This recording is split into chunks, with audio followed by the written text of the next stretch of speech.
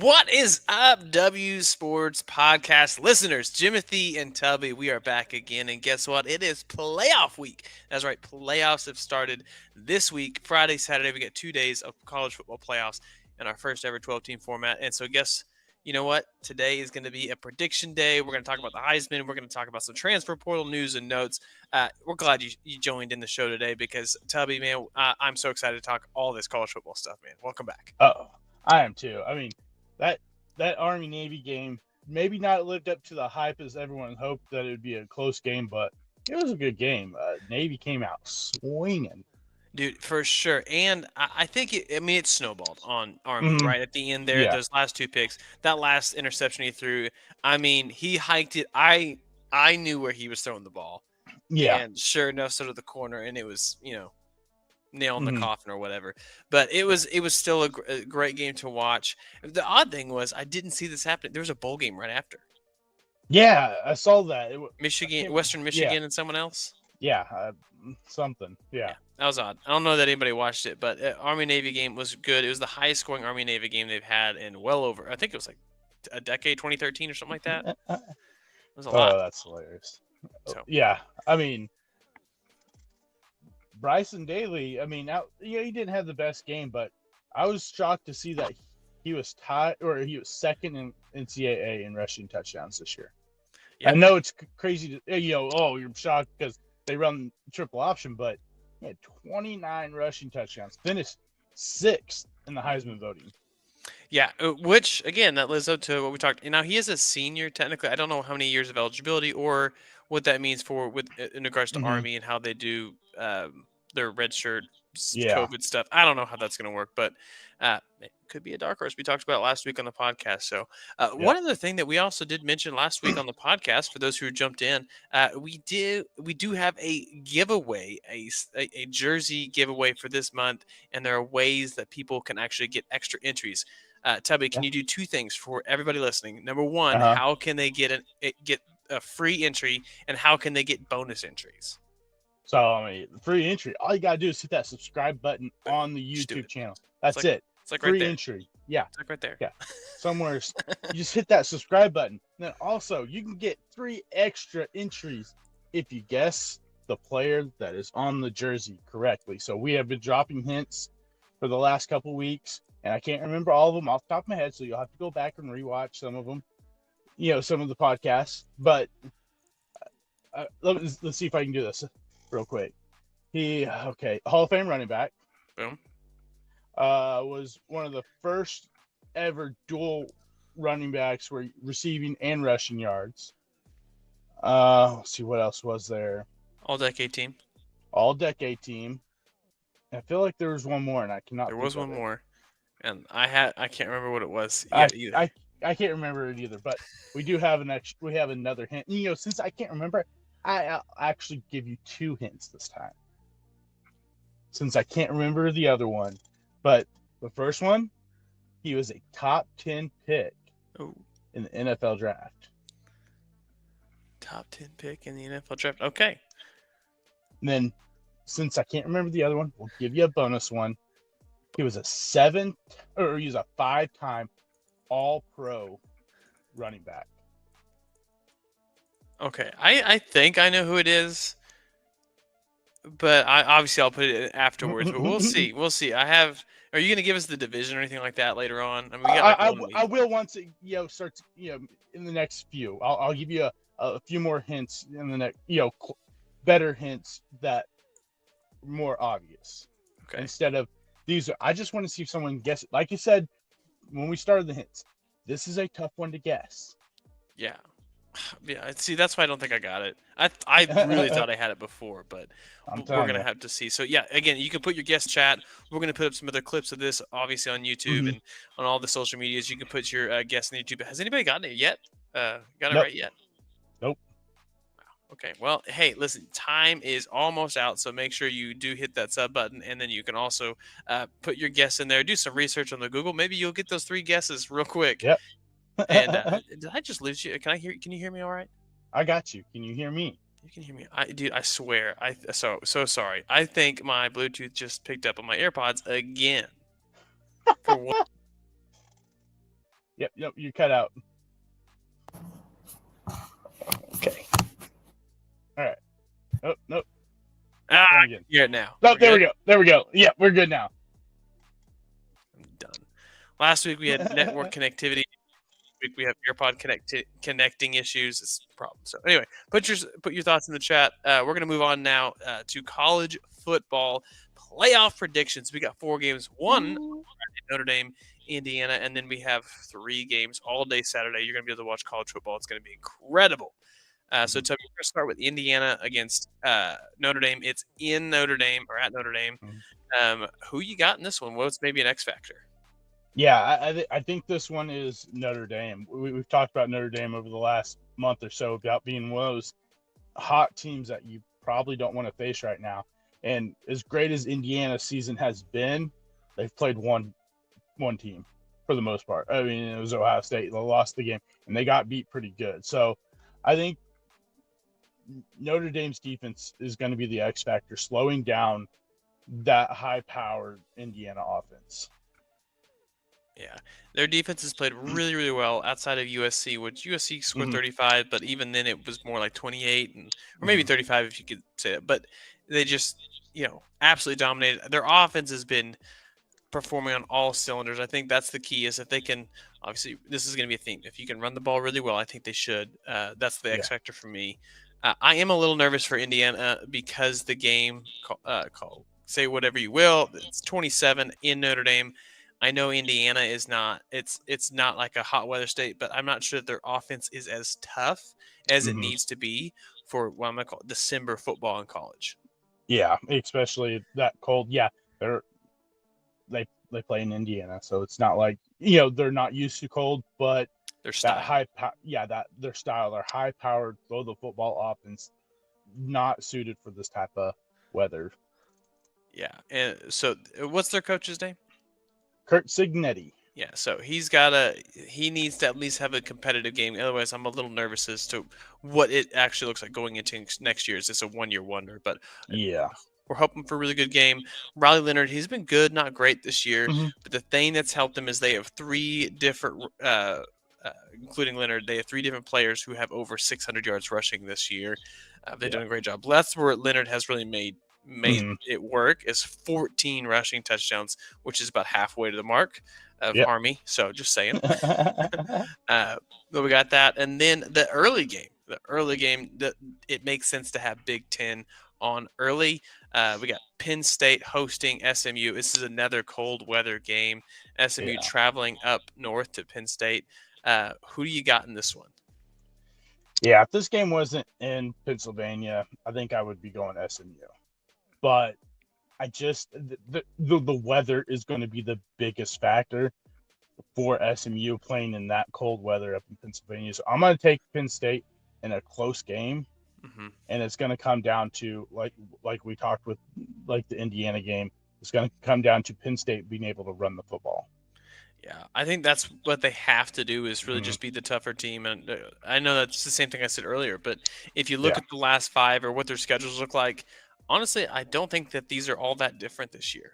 I think these teams have played very similar schedules and stuff. And you might say ACC, Big Ten. Big Ten is very top heavy. And how different is Pitt than Washington right now? How different is Purdue and Boston College and Virginia and Minnesota? Like, I feel like these are very similar. So I don't see this being a blowout game. I think this is gonna be close. And Penn State, we need to see the firepower that we saw last time when they played Oregon in the Big Ten championship game. Something that I haven't seen them do in a big matchup game outside of that one. Yeah, that's one thing I take away. It makes me go, is James Franklin in big time games. Yeah. And then we got a lot of orange in the middle of the day game at 3:00. You got Texas. It's in Austin. Texas gets to host Clemson. I don't know how. So I'll ask you to pick, but then I'm going to ask you follow-up questions. So give me your pick. I'm going the upset here. I'm going Clemson, and this has nothing to do with my bias against Texas. Yeah. And it's crazy. You listen to us talk at the beginning of the year and how much we don't like the ACC. But there's one big factor, and it's Dabo Swinney has won a national championship. He's been there. He's done that. Texas has played 3 teams with winning records this year in the SEC, or they played 2 teams, played 3 games, and they're 1-2, and one of those games was a really bad game against Texas A&M, and they still won the game. I'm not completely sold on this Texas team because I think the schedule lent itself favorably to them. We just saw them lose to a backup quarterback in the SEC championship game. Cade Klubnik has played really good football the last month and a half. I think Dabo Swinney's going to have this team ready to play, and he knows Sarkisian's offense. He's played against it in the national championship game. I think that they're going to get it done, and this is going to be one of those upsets that no one really saw coming. Yeah, more like so. One, I felt that coming on. How confident should Texas be though going into this game with Quinn Ewers? I'm worried about the how healthy is he? Yeah, he played pretty much except for a few snaps against Georgia, but he just doesn't look like the same Quinn Ewers that he did early on in the season. Yeah, he has 9 picks this year, and I think he has 3 games without an interception. Kentucky, Arkansas, Florida. Also Michigan. I ain't got to do nothing in that game. So I look at that game, and that makes me ask the question: if Clemson does handle business, which I'm not, I think this is gonna be a close game, but is it over or under half a series played by Arch Manning? Ooh. I'm gonna say under. Just because I think Sarkisian's going to ride Quinn Ewers just because he's the veteran quarterback. He's played in the playoff game last year, so he's got more experience. But I don't know. I haven't seen this Texas team play against good teams and play good. Yeah, I also am going to go ahead and pick Clemson in this game.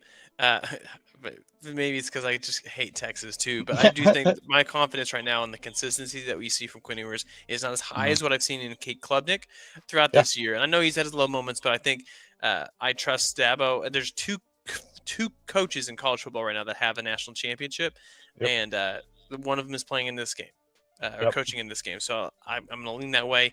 But it's going to be a tough matchup on the road. That's 100,000 fans. They're going to be loud. I mean, it's Texas. They're going to be loud in that game. It's the warmest weather. It's going to be in the 50s, so not as cold either. Then we got Tennessee at Ohio State. 8 and 9 seeds right here. 2 10-2 teams. It's going to be cold weather. An evening game in the shoe. I don't know how often that really happens, but who you got in this one? I'm going with Tennessee because Ohio State's weak spot is their run defense. Dylan Sampson, I was the second team All-American running back. I think Dylan Sampson is going to have a huge game. Nico has looked really good over the last month.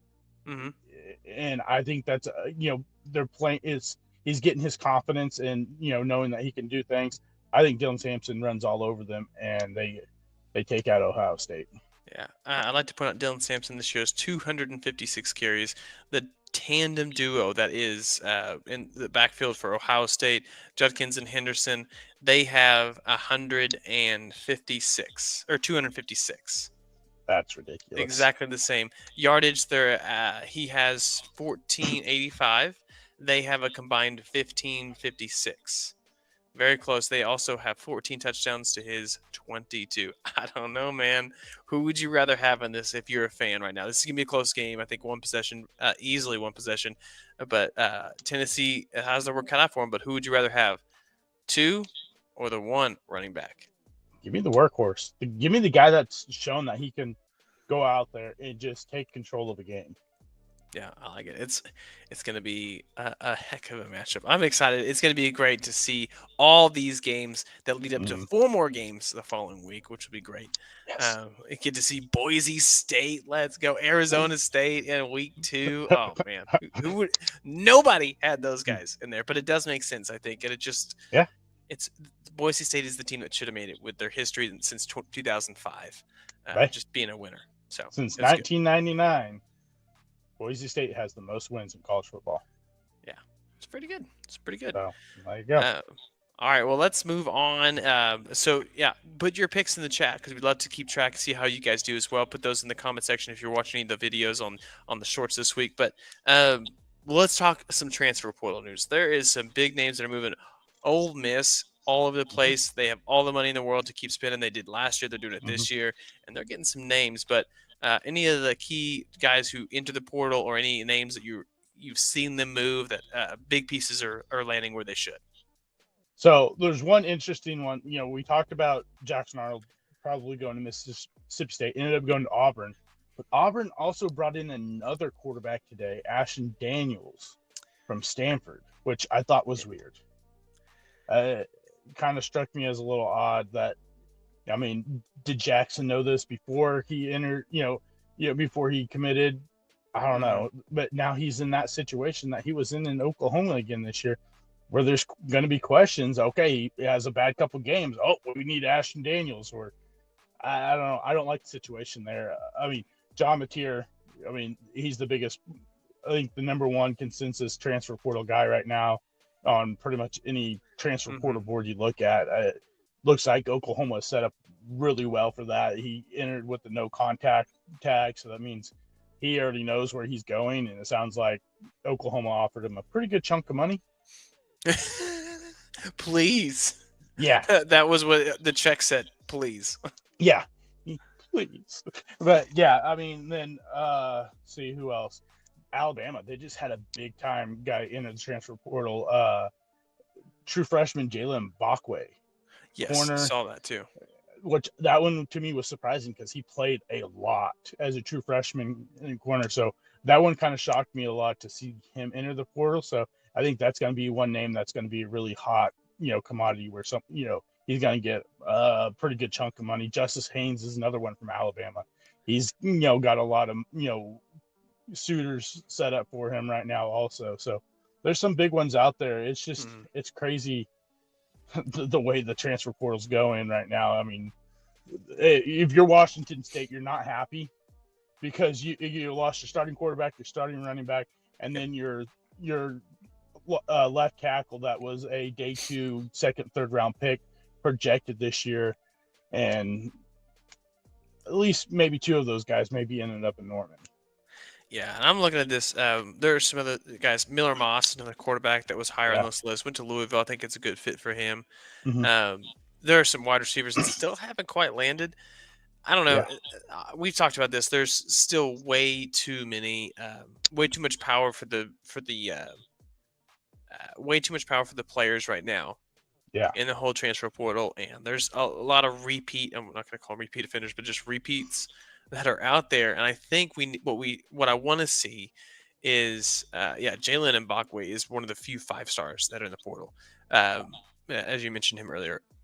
What I want to see is more of like, hey, if you transfer, it's 2 years. Yeah. Yeah, stop with this stuff. And I would like it to be more, but even anything that has to do with name, image, and likeness, I really feel like that's what it's got to be at some point. But we still haven't seen it yet.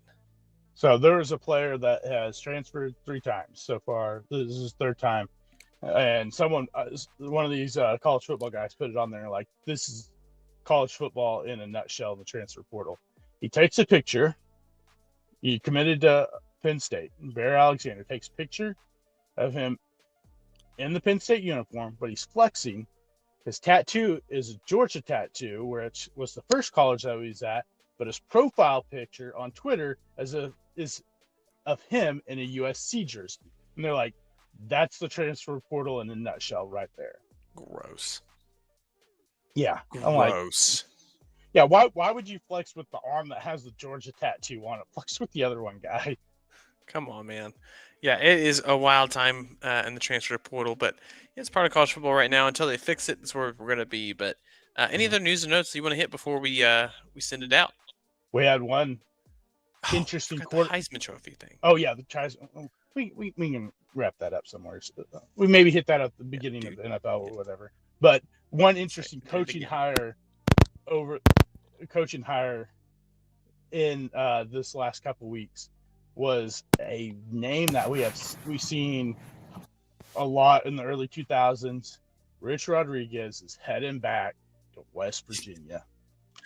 Yeah, Yeah, that was pretty great. Yeah, I don't know what they're hoping to see, what different. It's going to be much better right now, but I do think the Big 12 was open, so Yeah, they needed to make it. That roster was too good to finish where they did this year. So yeah, I don't know if that was the right move. It'd be like keeping Mike Gundy. I don't. yeah, exactly. We're good with being in the middle. Yeah, it's crazy. So I apologize. My audio cut out right before you said that. Did you say anything about the Heisman? I said if we want, we can hit it at the beginning of the NFL thing real quick. But if not, I mean, we know Travis Hunter won, and I will say, Closest one in a long time. I will say, I was incorrect on his stats. He had a much better season stat wise than I had previously expected because of the last couple weeks. But still stand behind Ashton Jeanty should have been, because he would have shattered Barry Sanders' record if he wouldn't have set out those 8 quarters because they were blowing out teams. That's true. I mean, you can't argue with that. I don't know what the difference was with Barry Sanders at the time. Oklahoma State wasn't Yeah. great, but yeah, I don't know. Hunter won it. He's gonna go play on Sundays. Genty, he didn't win it, but he's probably gonna go play on Sundays too. Yeah, So hopefully that helps. and me saying this does not take away from the fact that I don't Yeah. think that, and that I'm not saying that Travis Hunter didn't deserve it, because the guy had an incredible season. Yeah, I just it was a felt close like vote for a reason. Yeah, Yeah, exactly. There's a reason why it was as close as it was.